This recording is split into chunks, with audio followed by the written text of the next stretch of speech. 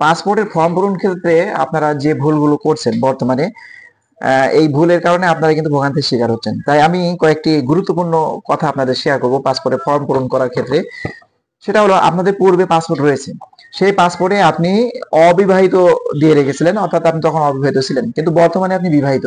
এখন নতুন passport form পূরণ ক্ষেত্রে আপনি পুরোনো পাসপোর্টে যে তথ্য রয়েছে সেগুলো দিয়ে দিচ্ছেন, সেখানে অবিবাহিত আছে, আপনিও দিয়ে দিলেন অবিবাহিত। এখন সমস্যাটা আপনি দেন, কোনো সমস্যা নাই, কিন্তু এটা যখন আপনি পাসপোর্ট অফিসে নিয়ে যাবেন, সেখানে কিন্তু তারা আপনার পূর্বের পাসপোর্টের সাথে এবং আপনি যে এনআইডি কার্ড দিয়ে পাসপোর্টের আবেদন করছেন এর তথ্য সঠিক আছে কিনা এটা কিন্তু তারা মানে যাচাই করবে। এই যাচাই করার জন্য তারা কি করবে, আপনার এনআইডি কার্ডের ভেরিফিকেশন কপি চাবে। এখন আপনি এই এনআইডি কার্ড ভেরিফিকেশন কপি নির্বাচন অফিসে যাবেন, গিয়ে নিয়ে আসবেন। নিয়ে আসার পরে সেখানে দেখা যাচ্ছে যে আপনার এনআইডি কার্ডে সব তথ্য আছে এবং সেখানে আপনার, আপনি যে বিবাহিত, আপনার বিবাহিত স্ত্রীর নাম সেখানে দেওয়া রয়েছে। তাহলে কি হলো, এই ফর্মের সাথে আপনার এনআইডি যে ভেরিফিকেশন কপি সেখানে কিন্তু মিসম্যাচ হয়ে গেল। এখন মিসম্যাচ যদি হয় তাহলে কিন্তু ফর্মটি বাতিল হয়ে গেল, আপনাকে নতুন করে আবার ফর্ম রেডি করতে হবে, পুরোনো ফর্মটি বাতিল করতে হবে। এটা কিন্তু একটা ভোগান্তির শিকার। আর এটার সাথে সাথে কিন্তু ক্যান্সেল হয় না, এই ফর্ম বাতিল করতে কম করে হলেও 2 দিন সময় লাগে।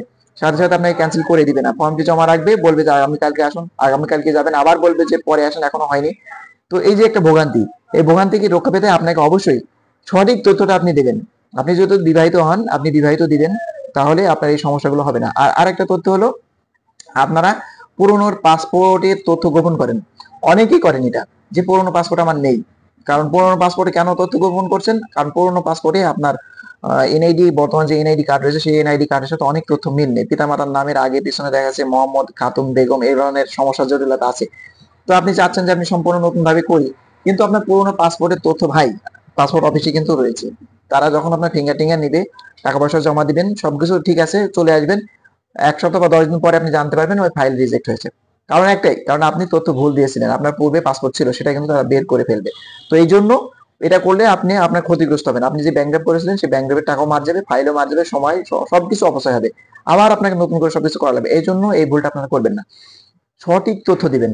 কোনো জায়গায় যদি ভুল থাকে, নতুন পুরনো পাসপোর্টে নতুন পাসপোর্ট করার সময় সেটি সংশোধনের উপায় আছে, সংশোধন হচ্ছে এখন, কোনো রকম জটিলতা ছাড়াই সংশোধন হচ্ছে। তাই আপনারা পুরনো পাসপোর্টের তথ্য কোনোভাবেই গোপন করবেন না। নতুন পাসপোর্ট করার সময় অবশ্যই আপনার সঠিক তথ্যগুলো, আপনার যা যা আছে সেগুলো দিবেন, কারণ এখন পাসপোর্ট অফিসগুলো প্রত্যেকটি বিষয় তারা যাচাই করছে। আর এই জন্য আপনার ভুল তথ্য দিলে আপনি ভোগান্তিতে পড়বেন। তাই আপনাদের রিকোয়েস্ট করবো, আপনারা সঠিক তথ্য দিয়ে সঠিকভাবে তথ্য দিন, তথ্য ফর্ম পূরণ করুন। আশা করবো আপনার কোনো সমস্যা হবে না এবং ভালোভাবে আপনি ফিঙ্গার দিয়ে বের হয়ে আসতে পারবেন।